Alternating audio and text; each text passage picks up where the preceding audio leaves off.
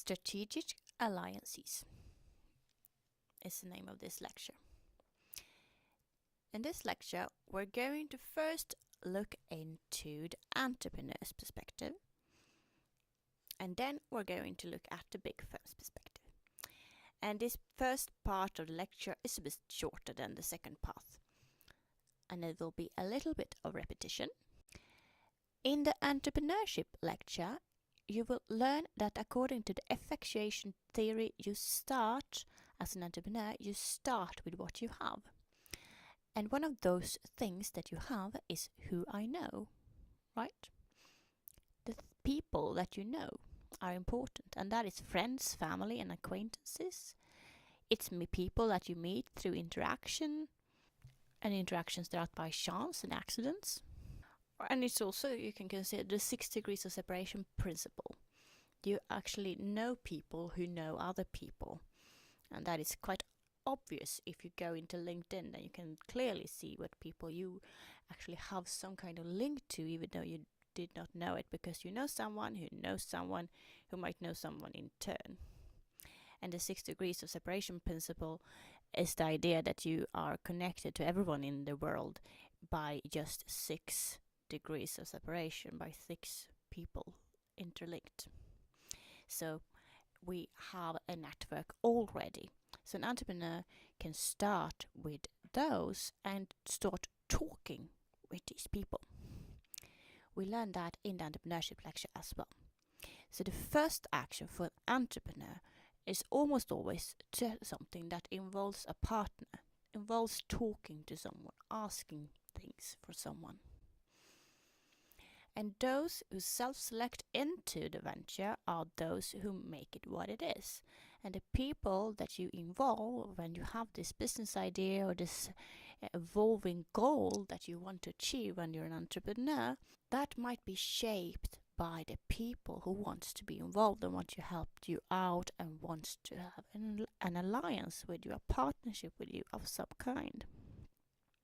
So you can look at entrepreneurship not so much as a puzzle where everything should be fit into predefined places. Instead, we can look at it as a patchwork, and that is the picture here, where you kind of sew together things, and it can happen in any way or form. It's not set in stone beforehand. So there's not one solution, there's many ways. And the partnerships and the people you involve, they influence this. And in India, and where I think this might be from India, but I'm not sure, but there large quilting is communal, where you make this kind of patchwork together with other people. And that can serve as an illustration on how the communication and how the alliances with people for an entrepreneur what that can look like. And also this patchwork image can illustrate that it can be pleasing and meaningful and useful and valuable to be involved in creating this patchwork. It doesn't necessarily have to be, a piece of cloth as in this image, but the entrepreneurial endeavor can be seen as something that is pleasing and meaningful, and people might want to contribute to it and be a partner to you in your endeavor. Here is one picture on how you can go about. Very, very simple. The entrepreneur is open to change, and you can see the road is not straight. It's not a straight line. It will go. You will find people who will give you advice, and you will find participants who want to be part of the venture, and that will shape the venture. You will get commitment for those people, and you will get commitment from those people, and that will lead you to something. And each stakeholder brings new means to the venture, brings new things to the venture, new capabilities, new resources, and so on, and that will shape the goal. And each stakeholder strives to invest only what he or she can afford to lose.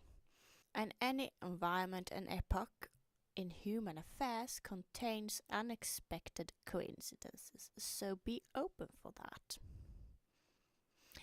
And here is the effectuation model.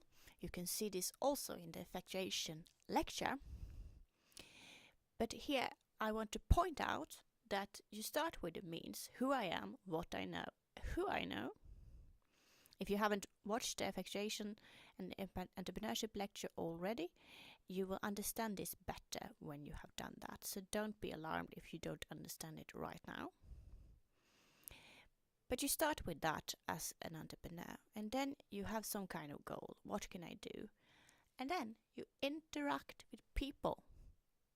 And that is what is the point of me bringing this up in this lecture as well, because you interact with people and you get some kind of stakeholder commitment. And then there are new goals, because these new stakeholders, they shape the goals with you, and you don't have a goal that is set in stone. The goals are evolving for an entrepreneur according to effectuation theory. And then we might have a new goal, and we start again, and we get interact with more people. And we might get new means from the stakeholders here. And then we go back to here, means, who I am, what I know, who I know. And then it's not just one person, it might be more people that are engaged in the entrepreneurial firm. This is better explained in the effectuation lecture. But as you can see, entrepreneurs are in some kind of alliance and partnership with other people. And in the entrepreneurship lecture, you had this example of Yngve Bergqvist. And I will not go through this again in depth because you have it in that lecture. But I want to point out that he was an engineer who started a summer raft business and connected with local tourist center. He had connection with the local tourist center. Then he thought about, what can I do? Ice sculpting, dog sledding, and or leveraging that there's the northern light here. And then he took that, what I can do, and he started interacting with people. He interacted with an ice sculptor from Japan, with the press, and with artists and local people. And then he had this ice sculptor from Japan coming there and building sculptures, but the weather was not good, so he asked the participants to help out in the sculpturing and building igloos. And then from that he got this new idea, new goal, the ice hotel. And then the cycle went back. From this there grew a partnership with something called Sakata in Japan. And that's a Japanese travel agency with the name Northern Express, to bring people to Sweden. And that kind of evolved from this, from them going to the ice hotel. From people from Japan wanting to go to the ice hotel because that would be cool for Japanese people. And when they had the ice hotel, they had a bar where they had a big Absolut vodka bottle made of ice, and they had that in a marketing material, and Absolut didn't like that. But then from that kind of dispute there evolved a new goal, having a partnership with Absolut and opening ice bars. So the people that self-select into the venture, this time it was the Absolut vodka brand, can create new goals. So they started ice bars in Copenhagen, Tokyo, London and Stockholm. That grew from this ice sculptor of the Absolut vodka bottle. And now there's a new partnership with Virgin Galactic.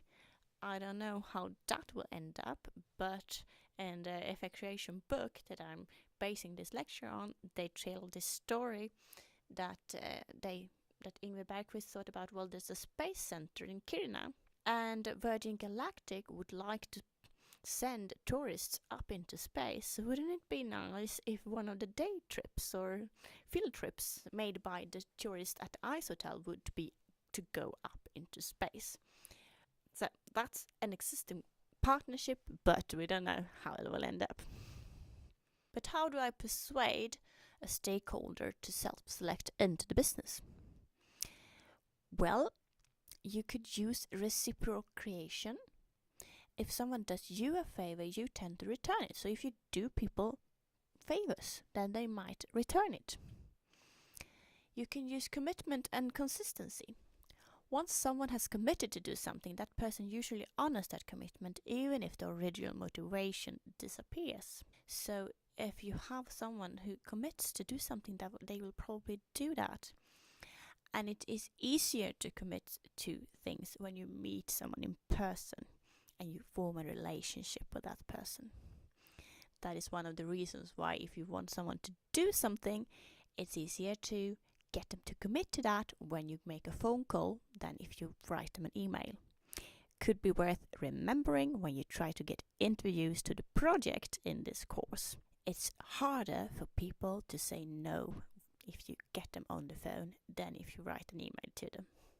Social proofs. Humans beings imitate each other. Is there someone who you can influence by talking to this kind of aspect of the human nature?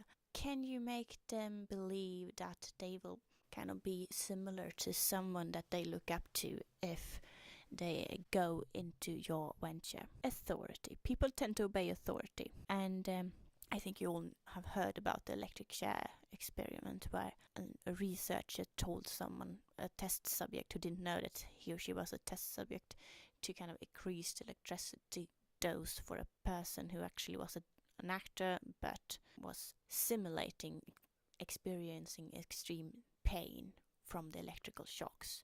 And people in an alarming rate actually obeyed the authority and made the person in the electric chair suffer when the authoritative figure told them to do so. This is something that you can consider when you don't make people sit in electrical chairs and cause them harm, but authority can make people want to be part of something. If they look up to you in some way, they might want to be part of what you do. But treat that knowledge with care, please. Liking. People are more likely to be persuaded by someone they like, and they are also more likely to actually wanting to hang out with someone they like. And if you have a stakeholder who gets into your business, they are likely to hang out with you, and if they feel like that's going to be fun, then they are more likely to do so, of course. Scarcity. Perceived scarcity creates demand, as everyone wants the product before it runs out. So if people perceive that this is something that is not so common, then that might make them inclined to be involved.